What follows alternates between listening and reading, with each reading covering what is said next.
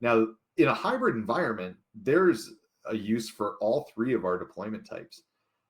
So for instance, before everybody went remote, when people went into a physical office, you had a physical workstation at your desk, is bolted down, plugged into the Ethernet.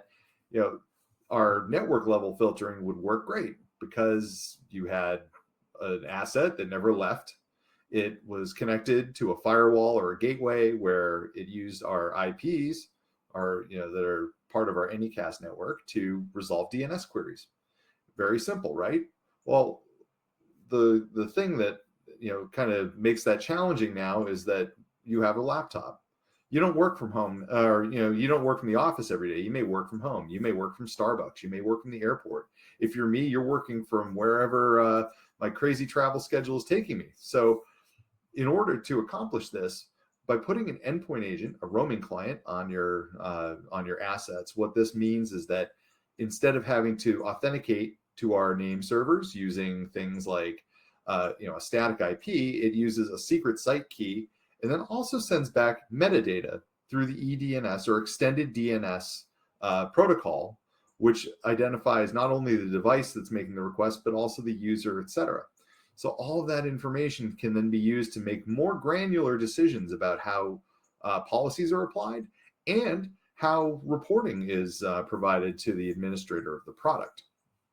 And the third is called our relay, which kind of takes parts and pieces of everything that I've just talked about and applies it in a way that you may have devices that don't leave a facility. Think about manufacturing, IoT, all these sort of internet connected devices that can't run our endpoint agent, but you still want to know what they're doing because as we've seen in the past, IoT devices have been weaponized to exact attacks on authoritative name servers, which can bring down portions of the internet at a time and make for a really bad experience. So what we have here is this intermediary virtual appliance that can be deployed in a number of different ways and then used to split out traffic. So for instance, in this diagram here, you see that some traffic labeled as internal is going out to a Microsoft DNS server, which is a very common use case that I run across in the wild. But then also external DNS queries are being sent to DNSFilter with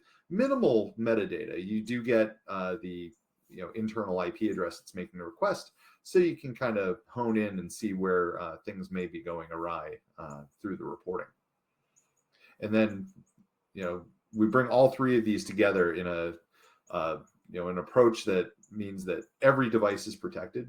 DNS is everywhere. It should be protected everywhere. And a product like ours, which has a global appeal, we want to make this as accessible as possible for the most number of users so that we can continue to further our mission of protecting the internet at large.